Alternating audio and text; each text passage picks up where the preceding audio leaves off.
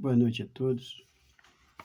Que Jesus, em sua infinita bondade, esteja sempre presente em nossas vidas. Nós hoje vamos falar a alma após a morte. O que sucede à alma no instante da morte? O que acontece com a alma após a morte?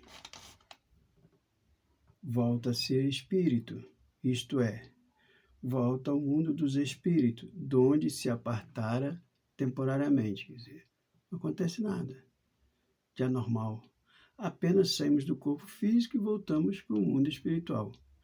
A morte só nos separa do corpo físico, mais nada. A alma após a morte conserva a sua individualidade. Quando chegamos no plano espiritual, continuamos sendo o mesmo, continuamos pensando como pensamos agora, temos a nossa individualidade. Sim, jamais a perde. Que seria ela se não a conservasse? Quer dizer, seria muito difícil para a gente se desencarnássemos hoje, chegássemos no plano espiritual e não soubesse mais quem somos, o que fazemos, de onde viemos, né? Ficaria muito difícil. Como comprova a alma a sua individualidade, uma vez que não tem mais o corpo material? Como ela comprova a sua individualidade, já que ela não tem mais o corpo material? Nós hoje somos nós. Olhando para o nosso corpo físico, para a nossa aparência, sabemos quem somos. E quando deixamos o corpo físico, esse corpo fica e nós vamos. E aí, como é que você sabe, como é que você comprova que você continua sendo o mesmo e com a mesma individualidade? Olha que resposta interessante. Continua a ter um fluido que lhe é próprio, haurido na atmosfera do seu planeta, e que guarda a aparência de sua última encarnação, seu perispírito. Lembra que há uns dias atrás falamos que existe eu, o meu corpo perispiritual e o meu corpo físico. O meu corpo perispiritual vive e fica comigo. É ele que me dá a esta aparência, é ele que tem a minha aparência, é ele que é a forma, vamos dizer assim, para a minha aparência. Então, eu vou estar no plano espiritual, envolvido no meu corpo pessoal, e vou me ver da mesma forma que estou me vendo agora encarnado. Vou estar vendo o meu corpo, vou estar sentindo, pensando, tudo a mesma coisa. Saí de um corpo, mas continuei com o real, o que realmente vive comigo. A alma nada leva consigo deste mundo. O que levamos daqui quando morremos? Nada, a não ser a lembrança e o desejo de ir para um mundo melhor, lembrança cheia de doçura ou de amargura, olha só, gente, lembrança cheia de doçura ou de amargura, conforme o uso que ela fez na vida. Quanto mais pura for, melhor compreenderá a futilidade do que deixou na terra. Quer dizer, vamos levar as nossas lembranças, boas ou ruins, depende do nosso comportamento hoje, né? Que é o nosso comportamento hoje que vai nos dizer qual vai ser as nossas lembranças. Que pensar da opinião dos que dizem que após a morte, a alma retorna ao todo universal? Muita gente pensa dessa forma. É como se tivéssemos saído de um punhado de coisa e agora vamos voltar para um punhado outra vez. Não é bem assim, né? Olha só, o conjunto dos espíritos não forma um todo? Não constitui um mundo completo? Quando estás numa assembleia, és parte integrante dela, mas, não obstante, conserva sempre a sua individualidade. Ou seja, nós temos a nossa individualidade. Voltamos para um todo que é um conjunto de muitos espíritos, um conjunto de espíritos que forma todo esse planeta, um conjunto como uma assembleia. Mas nós continuamos sendo nós não somos parte deles, nós somos uma individualidade que faz parte desse conjunto. Que prova podemos ter da individualidade da alma depois da morte? Qual é a prova? Qual é a prova que nós temos disto? Não tendes essa prova nas comunicações que recebeis? Se não fosseis cegos, veríeis. Se não fosseis surdos, ouviríeis. Pois que, muito a miúde, uma voz vos fala, reveladora da existência de um ser que está fora de vós.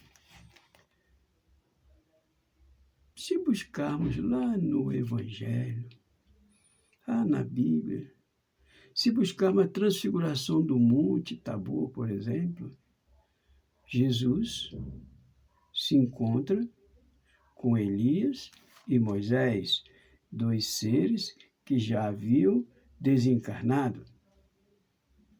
Isso significa o quê? Uma prova viva da individualidade da alma depois da morte, quer dizer, eles continuaram sendo os mesmos. Quando Jesus subiu ao monte lá, ele levou, acho que 3 dos seus apóstolos, não levou todos, levou só 3, não me lembro o nome deles agora, para deixar provas, para deixar testemunho do que aconteceu. E eles também viram e testemunharam. Então, isso é uma prova viva que nós temos da individualidade dos espíritos, deixada por Jesus. Prova essa deixada por Jesus. Tem uma notinha aqui interessante.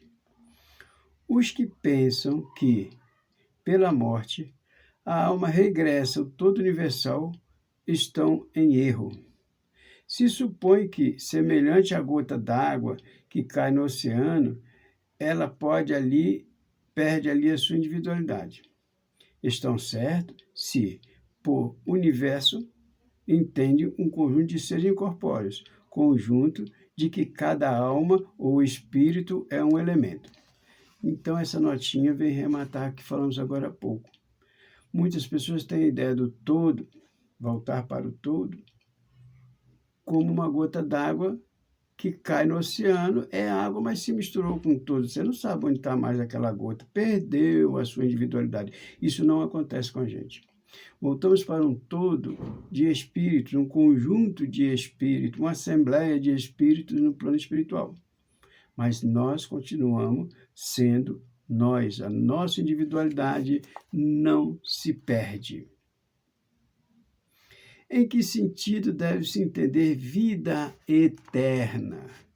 O que é a vida eterna que tantas pessoas falam, que tantas pessoas querem? O que é isso? Resposta: a vida do espírito é que é eterna. A do corpo é transitória e passageira. Quando o corpo morre, a alma retoma a vida eterna. Quer dizer, o que é eterna? Eterna é a nossa vida, a vida do espírito. O corpo morreu, acabou. O espírito vive e fica, como disse Jesus. O espírito vive e fica, o espírito que é eterno. Não seria mais exato chamar vida eterna a dos espíritos puros, dos que, tendo atingido a perfeição, não estão sujeitos a sofrer mais provas alguma? Isso é uma outra coisa que muitas pessoas entendem e pensam que vida eterna é a vida dos espíritos puros. Espíritos que não sofrem mais provação alguma. Espíritos que evoluíram, então se tornaram seres eternos. Também não é. A resposta diz assim: é mais exato dizer felicidade eterna para os espíritos puros. Mas isso constitui uma questão de palavras. Chamai as coisas como quiseres, conquanto que vos entendais. Veja bem, nós vamos viver para sempre, quer queiramos ou não. Vida eterna é para todos nós, porque o Espírito não acaba. Ele teve um começo, né? Que foi Deus que o criou, só Ele sabe quando, mas é para sempre. Não vai acabar jamais. Agora, felicidade eterna é para aqueles que atingem a perfeição. Ao lado de mundos puros, mundos felizes, de espíritos puros que vão viver uma eterna felicidade, existem mundos de prova e expiação, mundos de sofrimento e pessoas como eu, que se não mudar, vou sofrer eternamente. Viver feliz ou sofrendo eternamente é problema de cada um de nós. Você vai viver de um jeito ou de outro. Não tem como você fugir. Então, por isso que o Espírito coloca que seria mais aconselhável você usar o termo vou possuir, vou um dia me tornar um espírito puro para adquirir a felicidade eterna. Ou seja, vou viver daqui para frente feliz, viver em paz, viver em harmonia. Ou vou continuar vivendo do jeito que estou, sofrendo, clamando, lastimando, blasfemando.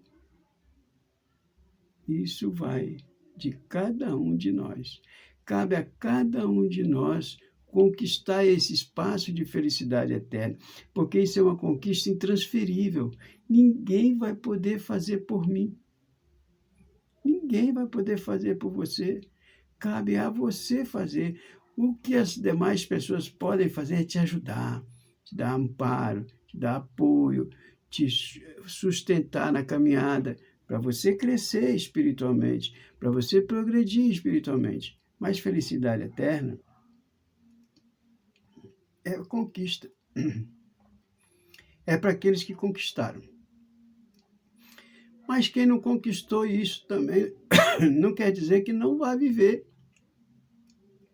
eternamente. Vão viver eternamente.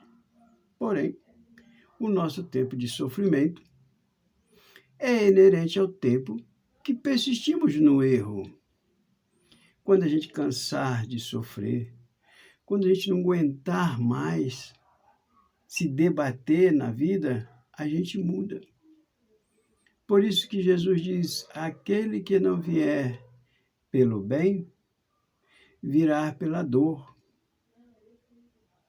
Porque a dor redime, a dor faz a gente se modificar. Então, sejamos pessoas inteligentes, mas sejamos também espíritos sábios, porque inteligente todos nós somos, mas bem poucos de nós somos sábios o suficiente para colocar em prática todos os ensinamentos que nós conhecemos e que Jesus deixou para nós como romaneio, como diretriz, como bússola para a perfeição, como bússola para a felicidade.